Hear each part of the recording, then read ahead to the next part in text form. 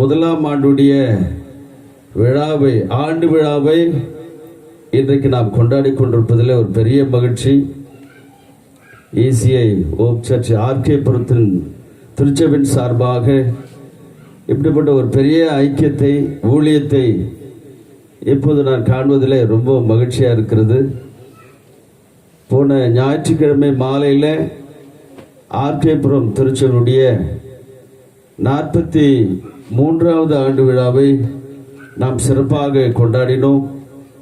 அதைத் தொடர்ந்து மறுவாரத்திலே ஞாயிற்றுக்கிழமையிலே மாலை வேளையில் சென்ட்ரல் பேட் இந்த ECI சென்ட்ரல் பேட் திருச்சபையில் முதலாம் ஆண்டுடைய ஆண்டு விழாவை கொண்டாட ஆண்டு நமக்கு அனுக்கிரகத்தை செய்திருக்கிறார். ஆண்டவரை நாம் துதிப்போம், சோத்தரிப்போம். அல்லேலூயா. இந்த ஊழியத்தை செய்வதற்கு முன்வந்ததான நம்முடைய செகந்திராபாத் ஏரியா ட்ரெஷரர் ரெவரண்ட் ரோசை அவர்களை எண்ணி நான் துதிக்கிறேன், சோத்தரிக்கிறேன். அவர்கள் இந்த ஊழியத்தை குறித்து மிக சிறப்பாக தொடர்ந்து செய்து கொண்டு வருகிறார். அதை எண்ணி நான் துதிக்கிறேன். அருமையான ஜான்சன் ஐயா அவர்கள் அவருடைய எண்ணத்திலே பட்ட விண்ணமாக தொடர்ந்து இந்த ஊழியத்தை நாம் செய்து கொண்டு வருகிறோம். அது மாத்திரமில்லை, அதற்கு துணையாக இருந்து சபையில் எல்லோரும் நீங்கள் ஒத்துழைப்பு கொடுத்திருக்கிறீர்கள். ஜான்சன் ஐயா கூட வருவாங்க, ஆனந்த் ஐயா கூட வருவாங்க, தேகராஜன் ஐயா கூட வருவாங்க. எல்டர்ஸ் எல்லாருமே, இப்போ இருக்கிற எல்டர்ஸ் எல்லாரும் பெயர் பேராக சொல்கிறேன், எல்லாருமாக கடந்து ஒன்றாக வருவார்கள். அது மாத்திரமல்ல, அவரவருடைய செலவில் இந்த ஊழியத்தை மிக சிறப்பாக செய்து கொடுத்த திருச்சபை நிர்வாக குழுவினர்கள், இதற்கு உதவியாக இருந்த ஊழியத்திற்கு சப்போர்ட் பண்ண ஒவ்வொருவருக்காகவும் ஆண்டவரை துதிக்கிற எல்லாரும் கரங்களை தட்டி ஒரு விஷயம் எல்லாரும் நாம் மையப்படுத்துவோம். நம்மோடு கூட ECI திருச்சபையில் ஊழியத்தில் இணைந்து செயல்படுகிற நம்ம மியூசிக்கல் டீம் சகோதரர் மானேஷ் அவர்கள் சிறப்பாக நம்மத்தில் செயல்பட்டு கொண்டிருக்கிறார்கள். அந்த குழுக்காக ராஜு பிரதர் அவருடைய மியூசிக்காகவே நான் வந்திருக்கிறேன். அவர் ரொம்ப வாசிப்ப அருமையான ஒரு இசையில தேர்ச்சி உள்ளவர். எனக்கு கூட சொல்லிக் கொடுக்க சொல்லியிருக்கிறேன். நான் கூட அவர்கிட்ட கற்றுக்கலான்னு சொல்லி ரொம்ப ஆசையாக இருக்குது. அந்த மாதிரி நல்ல இசையில் இருக்கிறவர்கள் அந்த குழு டீம் ஒவ்வொருவருக்காக ஆண்டவரை எண்ணி நான் துதிக்கிறேன், சோத்தரிக்கிறேன். அல்லேலூயா, அல்லேலூயா. நம்முடைய திருச்சபை சார்ந்ததான ECI திருச்சபை ஊழியத்தை செய்து வருவதான அருமையான நம்ம இருக்கிறதான தினகரன் ஐயா அவர்களை எண்ணி நான் துதிக்கிறேன். இந்த நாளில் காலையில் அவங்க திருச்சபையை நாங்கள் பார்வையிட்டு அந்த மக்களை சந்தித்து அந்த ஊழியத்தை செய்ய ஆண்டவர் உதவி செய்தார். தியாகராஜ ஐயாவுக்காக எண்ணி நான் துதிக்கிறேன். இன்னும் ஒரு சில பாசஸால் வர முடியல, வருவதற்கு ஆர்வங்கள் தூரம் இருக்கிறதுனால வர முடியல, நைட்டில் இருக்கிறதுனால. ஆனால் அப்படின்னா அற்புதமான இந்த ஊழியத்தை வெளிப்படுத்தி கொண்டிருக்கிற உங்களுக்காக நான் துதிக்கிறேன். அது மாத்திரமில்லை, இந்த ஸ்தலத்தை கொடுத்துதானே அருமையான இந்த நபருக்காக எண்ணி துதிக்கிறேன். அப்படியா? இப்போ எழுந்து நின்றாங்களே, எல்லாருமே எழுந்து நின்றாங்க. ஆமாம், 6 வீட்டில் இருக்கிறவங்கள சேர்ந்து இந்த இடத்துக்கு கொடுத்துருக்குறீங்க. அதை எண்ணி துதிக்கிறேன். எழுதுக்கிறதுக்கு அந்த அம்மா ட்ரை பண்ணாங்க, வேண்டாம் இப்போ தான் எழுந்து நின்னுங்க. பெரிய போன ஞாயிற்றுக்கிழமையில் ஒரு திருமணம் நடைபெற்றது. நம்முடைய ஆர்கேபுரத்துடைய திருச்சபையுடைய போதகருக்கு ஒரு திருமணத்தை செய்து கொடுத்தார்கள். அந்த புதிய மாப்பிள்ளையும் மணவாட்டி மணப்பொண்ணும் அந்த இடத்துல வந்திருக்கிறாங்க. சென்னை பட்டணம். இப்போ கூட பாஸ்டர் ஞாபகம், அவங்க சென்னையில் இருக்கிற பொண்ணு செகந்திராபாத்தில் ஆர்கேபுரத்தில் இருக்கிற பையன் மாப்பிள்ளை என்று சொல்லி நினைத்து கொண்டிருக்கிறார். அதனால தான் தினகரனை அதை வாங்கி அவர் சொன்னார், எங்கள் பாஸ்டர் அம்மாவுங்க அப்படின்னு சொன்னாங்க. அவங்க வந்திருக்கிறதுல கூட ஒரு பெரிய சந்தோஷம். கரங்களை தட்டி போதுகிற அம்மாவுக்காக, அவங்களுடைய ஹெல்த்துக்காக, அவருடைய குடும்பத்திற்காக, தேவைகளுக்காக நீங்கள் தொடர்ந்து ஜெபித்துக் கொள்ளும்படியாக நான் கேட்டுக்கொள்கிறேன். அல்லேலூயா, அல்லேலூயா. ஒரு பாடலை பாடி ஆண்டவரை மையப்படுத்துவோம். விட்டே மாறாத உங்க அன்பு நினைச்சு பார்க்கிறேன், மறவாத உங்க மார்பில் சாய்ந்து மகிழ்கிறேன். மாறாத உங்க அன்பு நினைச்சு பார்க்கிறேன், மறவாத உங்க மார்பில் சாய்ந்து மகிழ்கிறேன். விட்டு கொடுக்கலையே விட்டு விலகலையே, விட்டு கொடுக்கலையே என்னை விட்டு விலகலையே.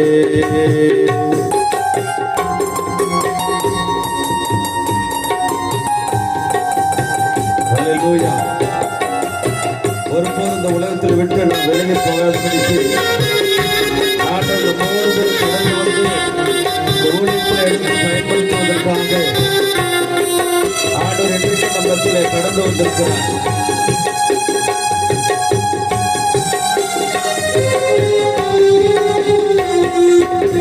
துருத்தியில் தண்ணீரில் உறவையே தந்தீங்க, துருத்தியில் தண்ணீரில் உறவையே தந்தீங்க. ஆகாரின் அழுகையை ஆனந்தமாய் மாற்றுவீங்க, ஆகாரின் அழுகையை ஆனந்தமாய் மாற்றுவீங்க. விட்டு கொடுக்கலையே என்னை விட்டு விலகலையே, விட்டு கொடுக்கலையே என்னை விட்டு விலகலையே. மாறாத உங்க அன்பு நினைச்சு பார்க்கிறேன், மறவாத உங்க மார்பில் சாய்ந்து மகிழ்கிறேன். மாறாத உங்க அன்பு நினைச்சு பார்க்கிறேன், மறவாத உங்க மார்பில் சாய்ந்து மகிழ்கிறேன். விட்டு கொடுக்கலையே என்னை விட்டு விலகலையே, விட்டு கொடுக்கலையே என்னை விட்டு விலகலையே.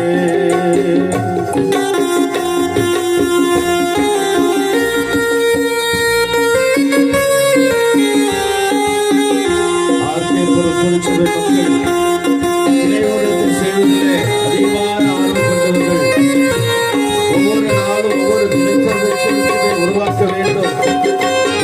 செய்வதான பாதையிலே தேவன் கடந்து இன்னமாய் நம்மை ஆசீர்வதிப்பார். ஹல்லேலூயா.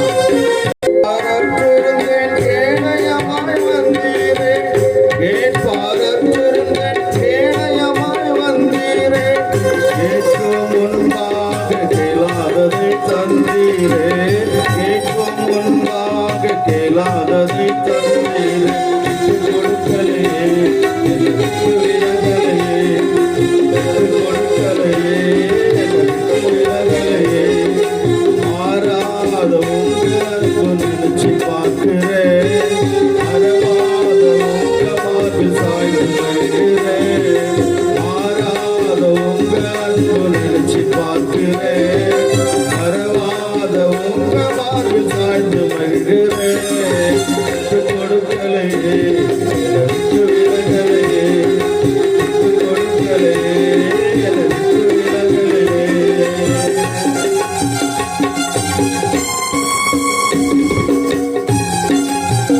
ஊழியத்தின் பாதையில எத்தனை தடைகள் காணப்பட்டாலும் தெய்வத்தின் சித்தத்தை நோக்கி செயல்படுவோம் என்று சொல்லி உழைத்த ஒவ்வொரு பிள்ளைகளையும் ஆசீர்வதிக்க தூக்கப்பட்டாடு வசதியில் நோக்கி ஆண்டவரை துதிப்போம்.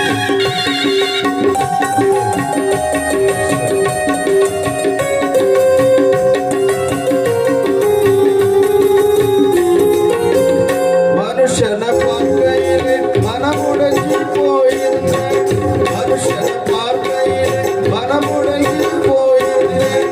மன்னவனை பார்க்கையிலே மறுரூபமாகிவிட்டேன், மன்னவனை பார்க்கையிலே மறுரூபமாகிவிட்டேன். விட்டு கொடுக்கலையே என்னை விட்டு விலகலையே, விட்டு கொடுக்கலையே என்னை விட்டு விலகலையே. மாறாத உங்க அன்பு நினைச்சு பார்க்கிறேன், மறவாத உங்க மார்பில் சாய்ந்து மகிழ்கிறேன். மாறாத உங்க அன்பு நினைச்சு பார்க்கிறேன், மறவாத உங்க மார்பில் சாய்ந்து மகிழ்கிறேன். விட்டு கொடுக்கலையே என்னை விட்டு விலகலையே, விட்டு கொடுக்கலையே என்னை விட்டு விலகலையே.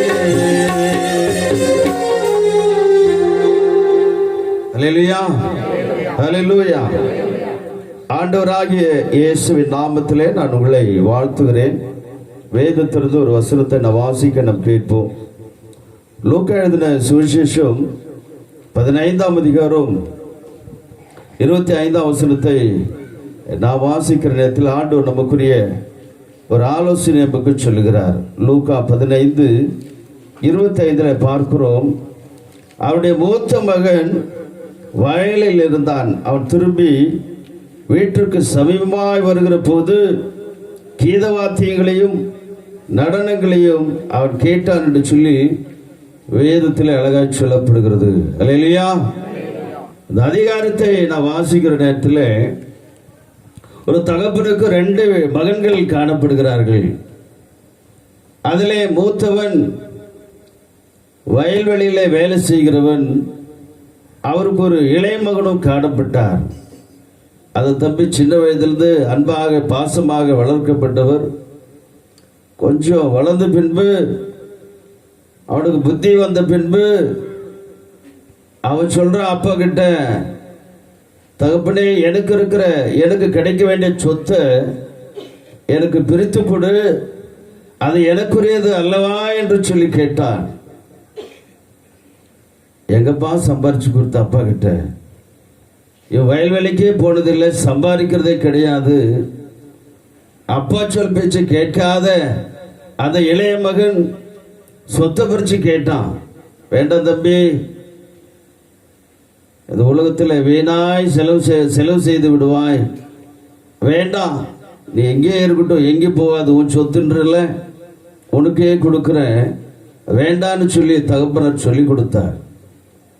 ஆனாலும் அவன் கேட்கப்படவில்லை. இல்லை இல்லை, அப்பாவுடைய சொத்து யாருக்கு? அது மகன்களுக்கு தானே, அதை பிரித்து கொடு, அண்ணனுக்கு பாதியோ எனக்கு மீதியோ எனக்கு கொடுத்து விடு என்று சொல்கிறார். வேண்டாம் தம்பி என்று சொன்னாலும் அவன் கேட்கல.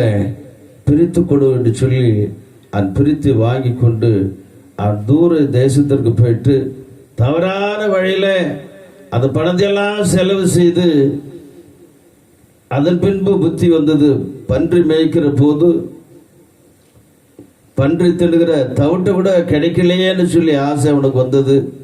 புத்தி வந்த போது தகப்பனை நினைத்து அப்பா கிட்ட மன்னிப்பு சொல்லி அவன் அப்பாவிடத்தில் சேர்கிறான். தகப்பனே, பரத்திற்கு ஒரு விதமாகவும் மூக்கு முன்பாகவும் பாவம் செய்தேன். இனிமேல் என்னுடைய குமார் என்று சொல்லப்படுவதற்கு நான் பாத்திரன் அல்ல என்று சொன்னான். உடனே தகப்பன் எப்போ வருவானோ என்று சொல்லி அவன் காத்திருந்ததுனாலே ஓடி போய் கட்டிப்பிடித்து முத்தங்களை கொடுத்து ஒரு பெரிய விருந்து பண்ணினார். அதில் அவன் அப்பேற்பட்ட ஒரு களி கூறுதல். சொந்த பந்தங்கள் எல்லாம் அழைத்தார், எல்லாருக்கும் விருது பண்ணினார்.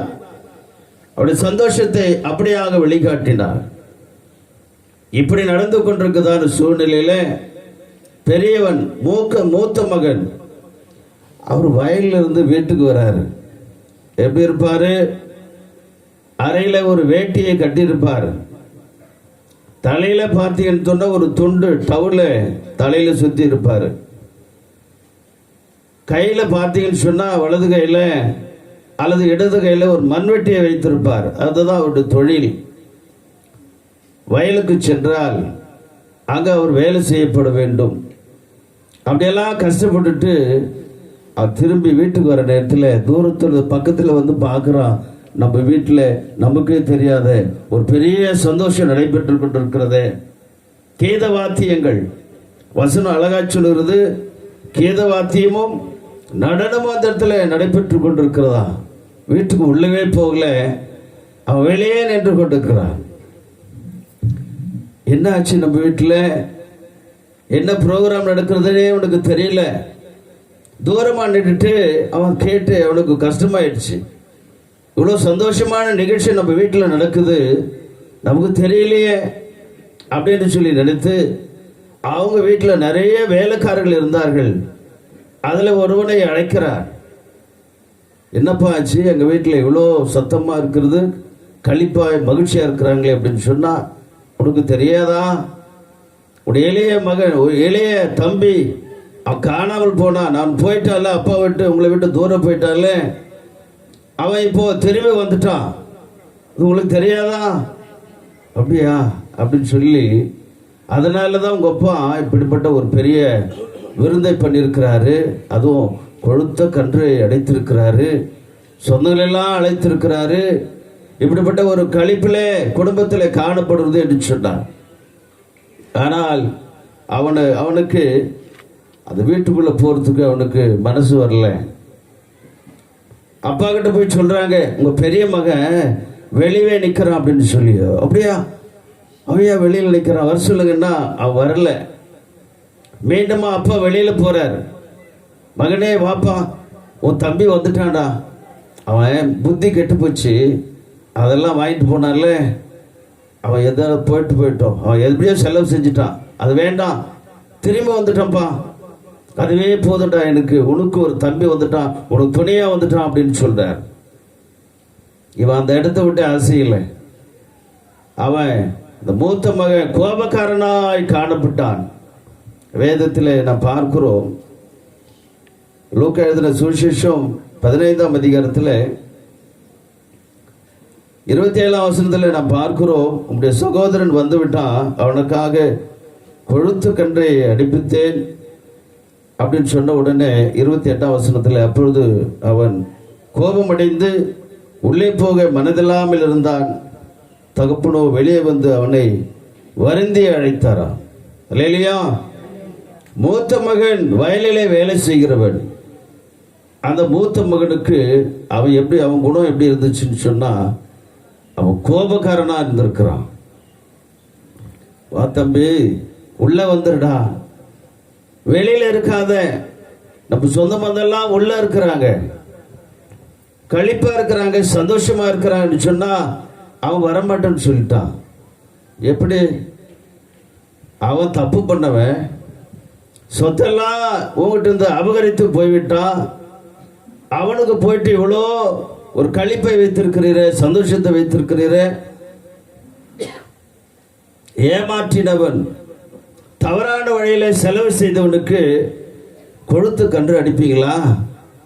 நான் உன் கூட எவ்வளோ கஷ்டப்பட்டு இருக்கிறேனே, என்ன நீங்க நினைச்சு பார்க்கலையா? தப்பு பண்ணவனுக்கு எவ்வளோ பேர் விருது படிப்பீர்களா என்று சொல்லி அவன் அந்த வீட்டுக்குள்ளவே அவன் போக மாட்டேன்றான். இல்லையா? எனக்கு அன்பான தேவ ஜனங்களே, நம்முடைய தேவன் மன உருக்கம் உள்ளதான தேவன், நம்மை அரவணைக்கிறவர், அன்பு செலுத்துகிறவர், நம்ம மேல மனதுருகிறதான தேவன். அவருடைய அன்பிலே அழைக்கிறார். அவரிடத்திலே சகலமும் இருக்கிறது. நம்மை சந்தோஷப்படுத்துவதற்காக அழைக்கிறார். துக்கத்திலே, துயரத்திலே, இந்த வெளி உலகத்திலே அநேக விதமான போராட்டங்கள், பிரச்சனைகள், வியாதிகள், மன உளைச்சல்கள், இதில் எல்லாம் நாம் வெளி உலகத்திலே காணப்படுகிறோம்.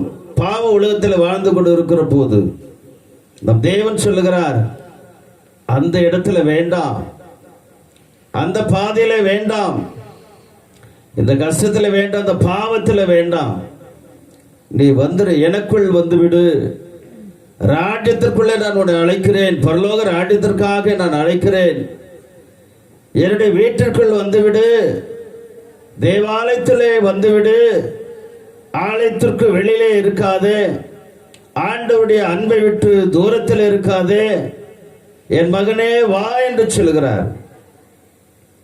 உன்னுடைய இருதயத்தை எனக்கு கொடு என்று சொல்கிறார்.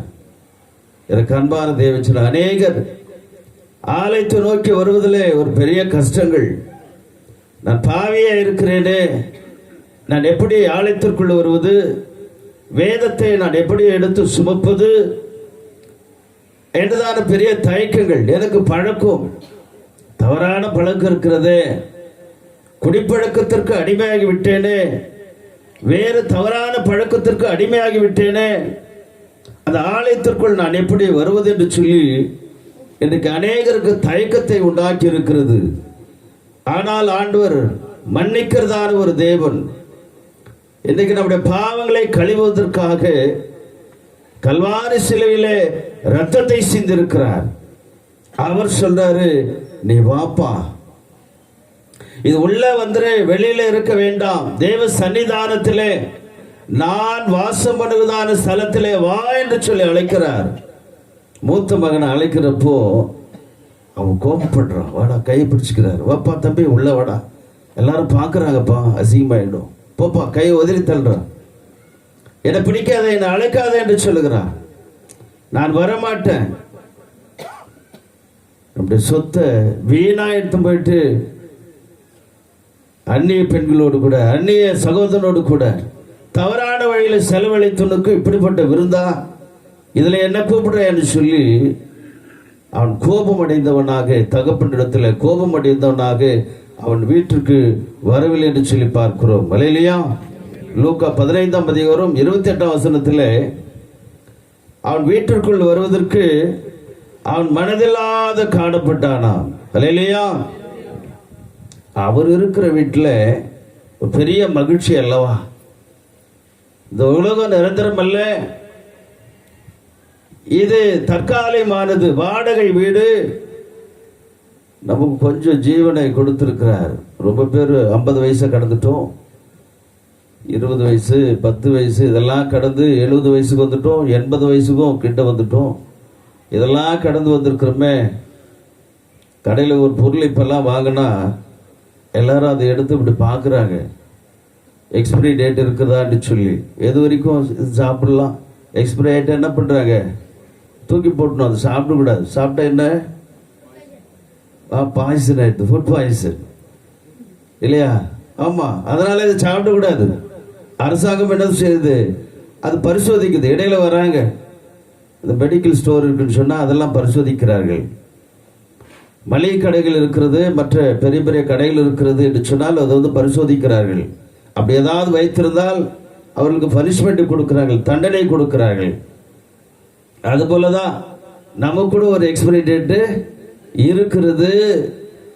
கொஞ்ச நாள் ஆயிடுச்சுன்னா என்ன செஞ்சிடணும், அவர்கிட்ட போயிடணும். நோக்கம் இல்லையா? இன்னொரு இடத்துக்கு போயிடக்கூடாது, நரகத்திற்கு போகக்கூடாது, அவர் இருக்கிற இடத்திற்கு போக வேண்டும். அதுதான் ஆண்டவர் சொல்றார். நீ வந்திருப்பா, உள்ளவா தம்பி, வெளியில நிற்காத.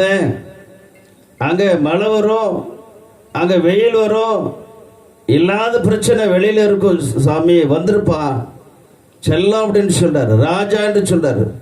சாமி வந்துரு சாமி அப்படியெல்லாம் அவர் கூப்பிட்டு பார்க்கிறாரு.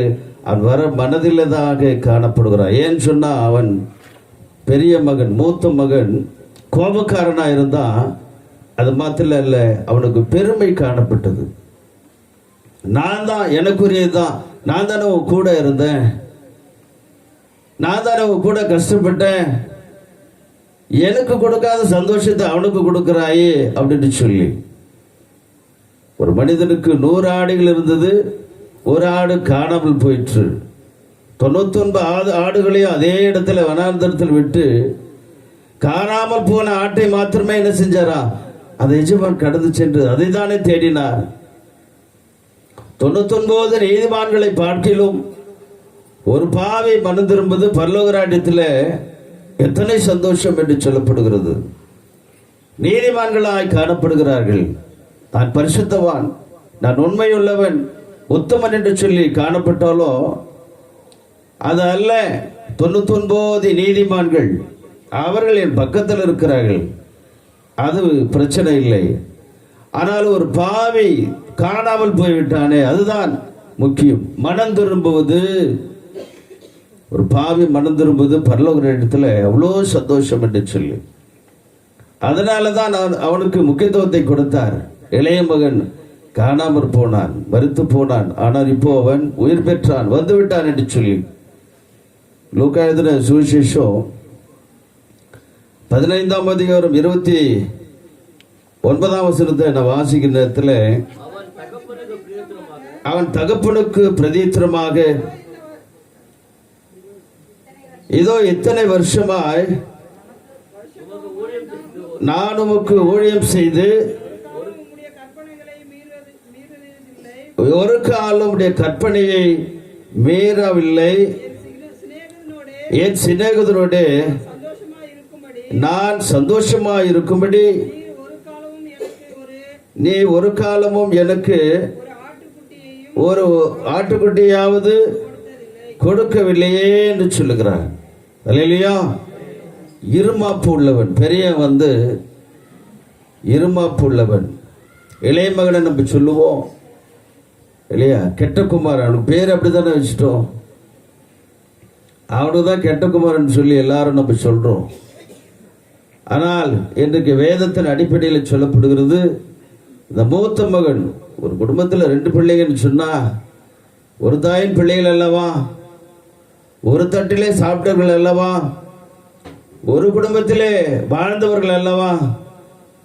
அம்மா வெளியில வந்தா 2 பிள்ளைகளும் சேட்டை பண்ற பிள்ளைங்க, சின்ன குழந்தைல தட்டில் சாதத்தை போட்டு இதை பாருடா, நிலாவை பாருடா, வண்டியை பாருடா, வாகனத்தை பாருடா, அக்காவை பாருடா, அத்தியை பாருடான்னு சொல்லி ஏமாற்றி வயிறை நிறைத்தார்கள். சமமாய் பார்த்தார்களே, அப்படித்தானே வளர்ந்தீர்கள். இப்படி வேற எண்ணங்கள் வந்தது. இந்த மூத்த மகனுக்கு இருமாப்பு உள்ளனாய் காணப்பட்டான். அவன் சொல்றான், எத்தனை வருஷம் நான் உங்க கூட கஷ்டப்பட்டனே, நீ சொல்றத நான் என்னைக்காவது மீறி இருக்கிறேன்னா. பெரியவன் சொல்றான், மூத்தவன் சொல்றான், டே இங்க போடானா போனே, இங்க வாப்பான்னு சொல்லி வந்தனே. எனக்கு கூட ஃப்ரெண்டுங்க இருக்கான். அவனுக்கு மட்டும் இல்லை, இளையவன் மாத்திரம் இல்லை, எனக்கு மட்டும் நண்பர்கள் இருந்தார்களே. வயக்காடு, நிறைய வயக்காடு, வயல் வைத்து கொண்டிருந்தவர்கள் எனக்கு நண்பர்களாக இருந்தார்களே. என்னைக்காவது என் நண்பர்களுக்கு ஒரு ஆடு அடிக்கிறேன்னு சொன்னீங்களா, ஒரு மாட்டை அடிக்கிறேன்னு சொன்னீங்களா, காளை அடிக்கிறேன்னு சொன்னீங்களா? கூட்டின்னு வாடா, உன் ஃப்ரெண்டு தானே, சாப்பிட்டுட்டு போங்க, ஒரு நல்ல ஆகாரத்தை பண்ணி வைக்கிறேன்னு என்னைக்காவது சொன்னீங்களா? இல்லையே. அப்போ அவனுக்கு எப்படி சொல்றீங்க?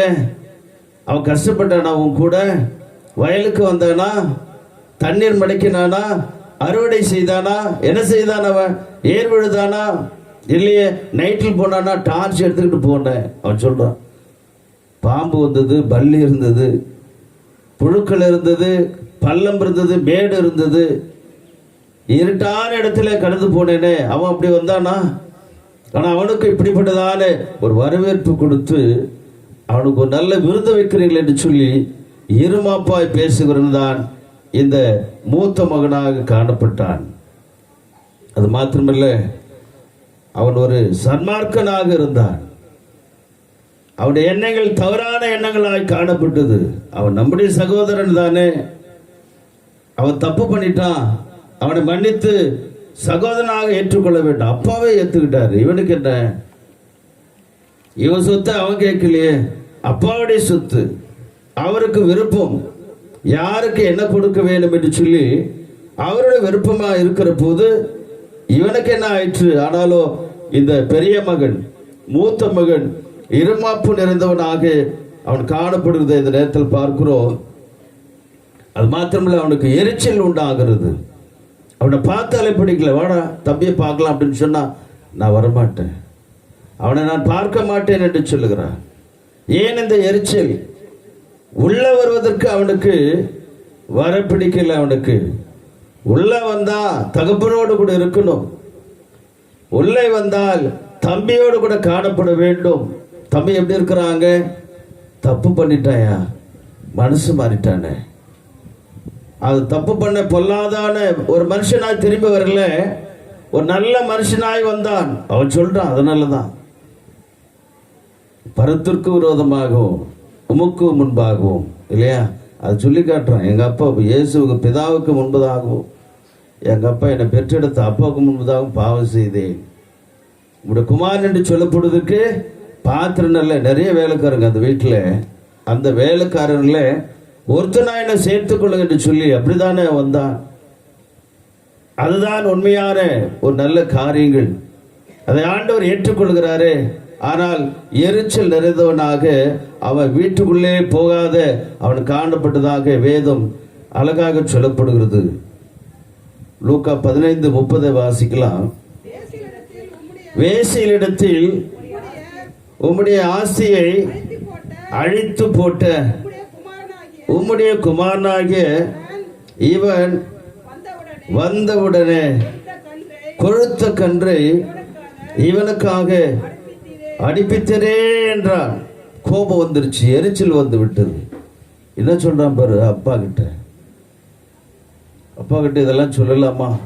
தப்பு பண்ணிட்டான், அதோடு முடிச்சிட வேண்டியது. இவன் சொல்றான், வேசியிடத்தில் நம்முடைய ஆஸ்தியை அழித்து போட்டுதான் நம்முடைய குமரனுக்கு கொழுத்து கண்டு அடிச்சிங்களா? தப்பு பண்ணிட்டு வந்தவனுக்கு தண்டனை தானே கொடுக்கணும். அவனுக்கு அவனை உள்ள வரவிடாத அவனை தடுத்து இருக்க வேண்டும். ஆனால் அவனை உள்ளவும் கூப்பிட்டு அவனுக்கு என்ன உபசரிப்பு. அவன் எப்படி வந்திருக்கான்? அழுக்கு சட்டையோடு கூட வந்திருக்கான். எப்படி வந்திருக்கிறான்? தாடியோடு கூட வந்திருக்கிறான். அவன் எப்படி வந்திருக்கிறான்? காலில் செப்பல் கூட இல்லை. அவனை ஆளே மாறிட்டான். ஆனால் அப்போ அவளுக்கு சாயல் தெரிந்து விட்டது. என் மகனே என்று சொல்லி அழுக்கோடு கூட இருந்தவனை, இல்லையா, அழுது கொண்டு இருந்தவனை, அடையாளம் தெரியாதவனை அப்பா கட்டிப்பிடித்தார், முத்தம் கொடுத்தார், அரவணைத்துக் கொண்டார், அன்பில் செலுத்தினார். வேலைக்காரர்களை அழைக்கிறார். இவனுக்கு உடனே நல்ல வஸ்திரங்களை கொடுங்க, அவனுக்கு நல்ல செப்பலை கொடுங்க, அவனுடைய கைகளுக்கு மோதிரத்தை போடுங்க, நல்ல கொழுத்த கன்றுகளை அடிங்க என்று சொன்னார். அது தகப்பனுடைய சுபாவங்கள். ஆனாலும் இந்த மூத்த மகனுக்கு எரிச்சல் உள்ளவனாக தப்பு தப்பா வாழ்ந்து வந்து விட்டான். அவனுக்கு போயிட்டு இப்படியான்னு சொன்னார். எனக்கு அன்பான தேவ ஜனங்களே, நல்ல நேரத்தில் மனம் திரும்பின ஒரு மைந்தனாக, மகனாக, அவருடைய ராஜ்யத்திலே, அவருடைய இல்லத்திலே, தேவ சமூகத்திலே வந்தடைந்ததான பிள்ளைகளாக நாம் இருக்கப்பட வேண்டும் என்று சொல்லிதான் ஆண்டவருடைய ஒரு பெரிய ஒரு நோக்கமாக, ஒரு திட்டமாக இந்த நாளிலே காணப்படுகிறதை இந்த நாளிலே பார்க்க முடிகிறது. லூக்கா 15ஆம் அதிகாரத்தில் 7வது வசனத்தை வாசிக்கிறோம். லூக்கா 15. அதுபோல மன திரும்பாத 99 நீதிமான்களை காட்டிலும்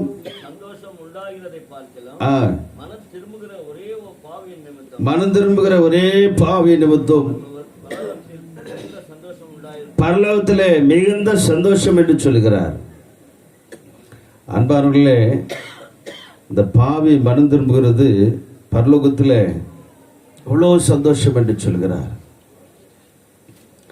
அதே சுபாவத்தில் இருக்கிறவனை பார்த்து ஆண்டவர் சொல்லல, நாம் மனம் திரும்பப்பட வேண்டும். அதுதான் ஆண்டவருடைய பெரிய விருப்பமாக இருக்கிறது. இது எங்க சந்தோஷம்னா, இங்கு சந்தோஷம் அந்த பாவ உலகத்தில் இருக்கிற சந்தோஷத்தை குறித்து சொல்லலை, பரலோகத்தில் இருக்கிறதான சந்தோஷம். நாம் அங்க இருக்கப்பட வேண்டும். அதுதான் ஆண்டுடைய நல்ல நோக்கமாய் காணப்படுகிறது. 10ஆம் வசனத்தை வாசிக்கிறோம். அதுபோல ஒரு மனம் திரும்புகிற ஒரு பாவி நிமித்தம் தேவனுடைய தூதருக்கு முன்பாக சந்தோஷம் உண்டாகிறது என்று உங்களுக்கு சொல்லுகிறேன் என்று சொல்லுகிறார். அல்லேலூயா. எனக்கு அன்பான தேவ ஜனங்களே, ஒருவேளை நாம் எந்த நிலையிலே நாம் காணப்படுகிறோம்? இளைய மகனை போல காணப்படுகிறோமா, அல்லது மூத்த மகனாக நாம் காணப்படுகிறோமா? கெட்ட குமாரன் என்று சொல்லுகிறோம், ஆனால் அவன் மறந்து நம்பி விட்டான். தகப்பனோடு கூட மூத்த மகன் காணப்படுகிறான், அவன் மனம் மாறவில்லை. இளையகுமாரன் மனம் திரும்பின மைந்தனாக காணப்பட்டான், ஆனாலும் மூத்த மகன் இதுவரைக்கும் மனம் மாறவில்லை. இருமாப்போடையலாக இருந்தான், கோபக்காரனாக காணப்பட்டான், ஆண்டோடைய சன்னிதானத்தில் உள்ள வர மாட்டேன் என்று சொன்னான், மறுதளிக்கிறவனாக காணப்பட்டான். அன்பான தேவச்சங்களை ஆண்டவன்றைக்கு சொல்றாரு, மனம் திரும்புகிற ஒரே பாவி நிமித்தம் பரலோக ராஜ்யத்தில் எத்தனை சந்தோஷம் என்று சொல்கிறார். லூக்கா எழுதின சுவிசேஷம் 15ஆம் அதிகாரம் 22ஆம் வசனத்தை நான் வாசிக்க நாம் கேட்போம். லூக்கா. அப்பொழுது தகப்பன் ஊழியக்காரரை நோக்கி, நீங்கள் உயர்ந்த வஸ்திரத்தை கொண்டு வந்து எனக்கு உடுத்தி, ஆமா, அல்லேலூயா, அல்லேலூயா, எல்லாத்தையும் கொண்டு வாங்க, இவனுக்கு அணிவீங்கள் என்று சொல்கிறார். உயர்ந்த தரதான ஆடைகளை, அணிகலன்களை, இல்லையா, மிதி அணைகளை எல்லாவற்றையும் கொண்டு வந்து போடுங்கள் என்று சொல்கிறார். அது மாத்திரமல்ல, ஒரு பெரிய விருந்து அங்கு நடைபெறுகிறது. என்ன விருந்து நடைபெறுகிறது?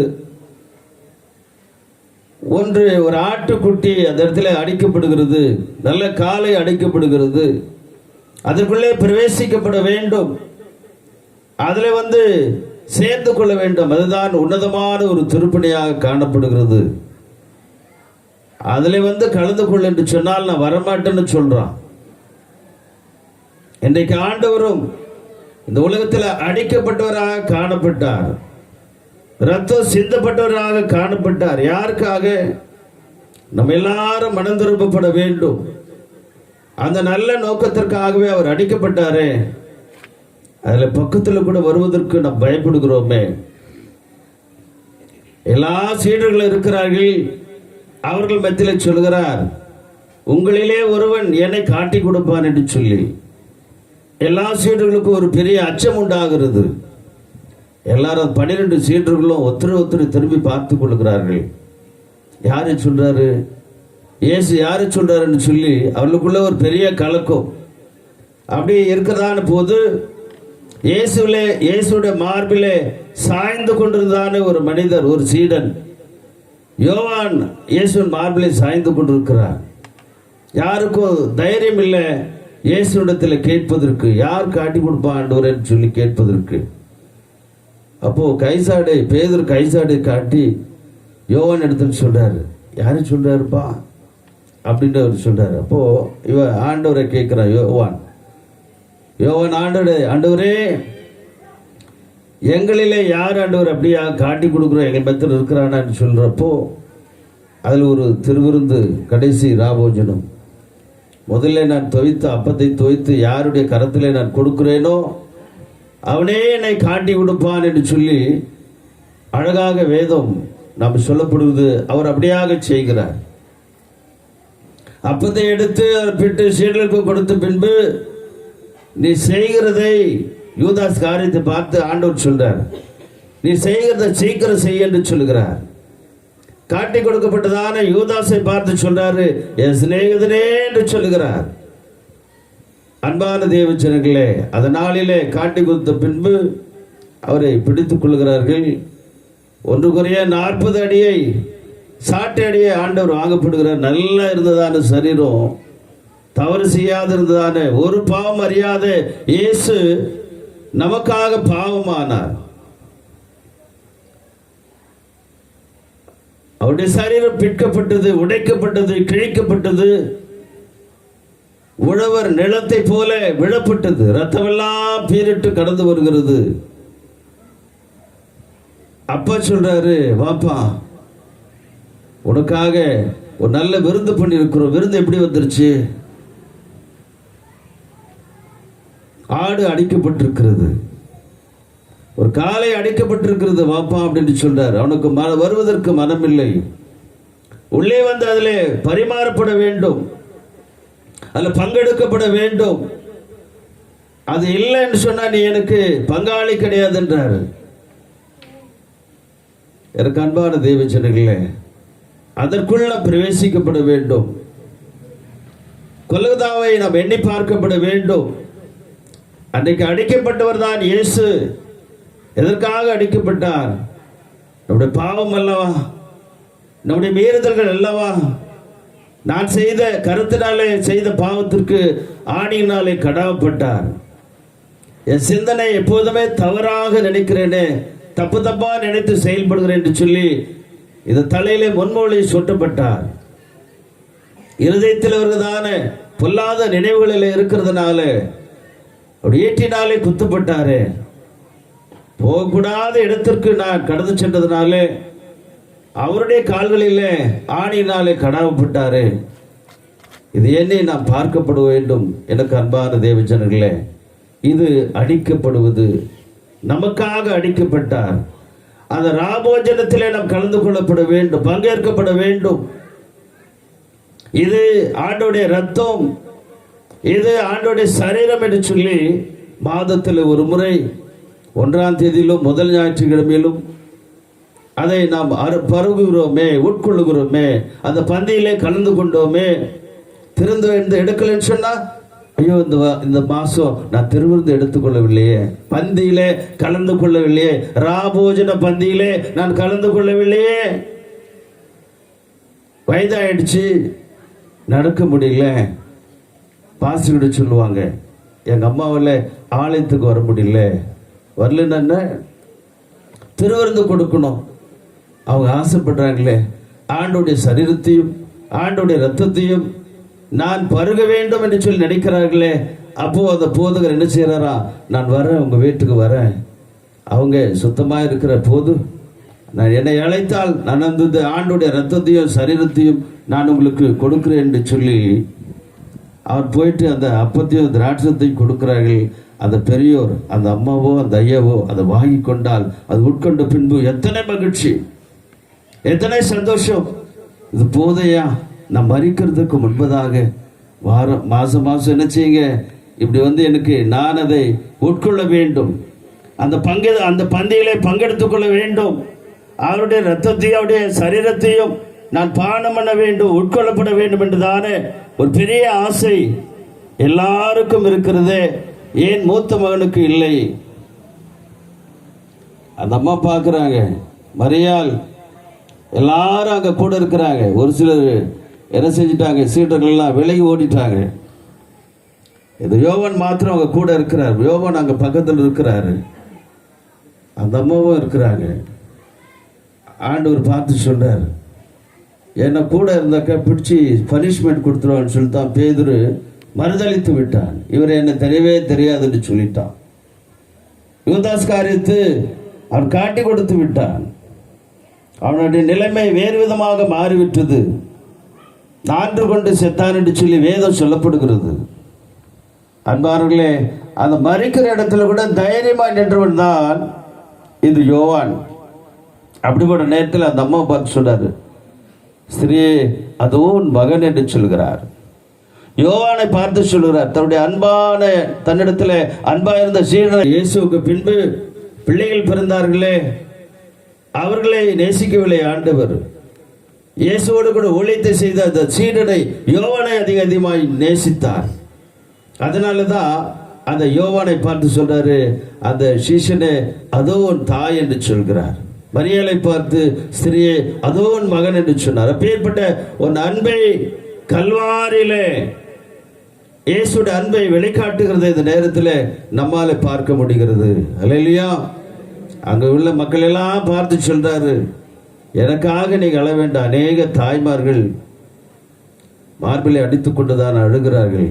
எனக்காக அழாதீங்க, உங்களுக்காகவும் உடைய பிள்ளைகளுக்காக என்ன செய்யுங்க, அழுங்கள் என்று சொல்லி ஆண்டவர் சொல்றாரு. இப்படிப்பட்டதான கோரமான ஒரு காட்சி அந்த அம்மாவில் பார்க்க முடியல. தவிக்கிறார்கள், ஏங்குகிறார்கள். அல்லேலூயா. கொல்கதா மலை குருசை சுமந்த நிலை பெத்தமனோ பேதலிக்க ரத்தமெல்லாம் வடிகிறதே. பெத்தமனோ பேதலிக்க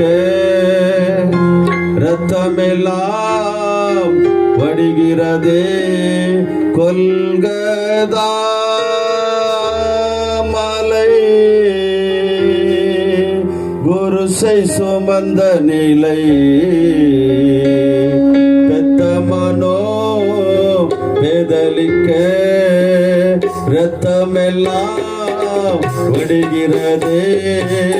பெத்தமனோ பேதலிக்க ரத்தமெல்லாம் வடிகிறதே. கொல்கதா சிம்மாசனோ ஏறி சீரேஸ் ராஜனாக சிம்மாசனோ ஏறி சீரேஸ் ராஜனாக அரசால கோயிலே அன்னை நினைத்தனே அரசால போவாய் என்று அன்னை நான் நினைத்தனே சிலுவையோ சிம்மாசனோ. எனக்கு பிறந்த மகன் ராஜாதி ராஜா, இஸ்ரவேலின் ராஜா. அவர் இந்த உலகத்தை ஆளுவார், அரசாளுவார் என்று சொல்லி நினைத்தேனே. ஆனால் கிரீடத்திற்கு பதிலாக முற்கிடமாக காணப்பட்டது. சிம்மாசனத்தில் உட்கார்வார்னு சொன்னா சிலுவிலே, பார சிலுவிலே, பாவ சிலுவிலே, கோர சிலுவிலே உமர்ந்திருக்கிறீரே என்று சொல்லி பரிதபித்தார்களாம். அல்லேலூயா. அன்பார்களே, இந்த நிகழ்ச்சியெல்லாம் எதற்காக? அடிக்கப்பட்டார், நொறுக்கப்பட்டார்.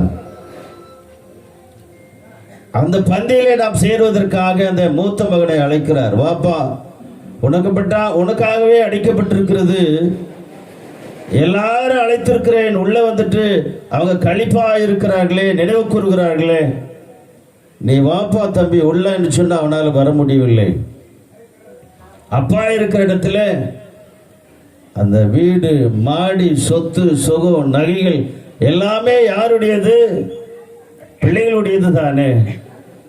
நீ வராது இருந்தால் உனக்கு எப்படி கிடைக்கும்? உள்ள வாப்பா, வா மகனே, வா என்று சொல்லி அழைக்கிறார். எனக்கு அன்பான தேவ ஜனங்களே, வருவதற்கு அவனுக்கு மனதில்லாதவனாக காணப்படுகிறான். உள்ளே பிரவேசித்திற்கு அவனுக்கு மனதில்லாத இருக்கிறான். அங்க களிப்பு இருக்கிறது, உள்ள வந்துட்டா சந்தோஷம் இருக்கிறது, பரலோகத்துல பூரிப்பு இருக்கிறது, கீத வாக்கியம் இருக்கிறது, அங்க இனிமை இருக்கிறது, சந்தோஷம் இருக்கிறது, மகிழ்ச்சி இருக்கிறது. உள்ள வந்துட்டான், அப்பா கூட இருந்துட்டான். அப்படி சன்னிதானத்தில் இருந்தால், தேவாலயத்திலே காணப்பட்டால், அந்த பந்தியிலே பங்கெடுத்தால், ராபோஜன பந்தியிலே பங்கெடுத்தால் அவ்வளோ பெரிய மகிழ்ச்சி. மாதத்திலே முதல் வாரம் ஃபர்ஸ்ட் வீக் வந்து விட்டதுன்னு சொன்னால், முன்னாடி இந்த வாரத்தில் காட்டிலும் ஃபர்ஸ்ட் வீக்கில் நிறைய பேர் வர்றாங்களே. ஏன் வர்றாங்க? பந்தியிலே பங்கெடுத்துக் கொள்ளப்பட வேண்டும். எனக்காக ஆண்டவர் அன்றைக்கு அடிக்கப்பட்டார், அவர் ரத்தத்தை சிந்தப்பட்டார் என்று சொல்லி அந்த ரத்தத்தையும் அந்த சரீரம் எனப்பட்டதான அப்பத்தையும் புசிப்பதற்காகவே கடந்து வந்தார்களே. இன்றைக்கு மூத்த மகன் அவன் வர மறுக்கிறானே. அன்பான தேவ ஜனங்களே, இந்த நேரத்தில் இளைய மகனை தான் கெட்ட குமாரன் என்று சொல்லி சொன்னோம். ஆனால் அந்த கெட்ட குமாரன் மனம் திரும்பி விட்டான். அவனல்ல கெட்ட குமாரன், மூத்தவனே கெட்ட குமாரனாக காணப்படுகிறான். ஏனென்று சொன்னால், அவனுக்கு கோபம் இருந்தது, அவனுக்கு எரிச்சல் காணப்பட்டது, அவனுக்கு பிடிவாதம் காணப்பட்டது. அப்பாவை அவன் அறிந்து கொள்ளப்படவில்லை. இளையகுமார் என்ன செய்தான்? மன்னிப்பு கேட்டான். தப்பு பண்ணிட்டப்பா, நீ சொல்றதை நான் கேட்காது போயிட்டேன் என்று சொல்லி மனம் திரும்பினான். ஆனால் கடைசி வரைக்கும் அந்த மூத்த மகன் மனம் திரும்பவே இல்லை, உள்ள வரவே மாட்டேன் என்று சொல்றான்.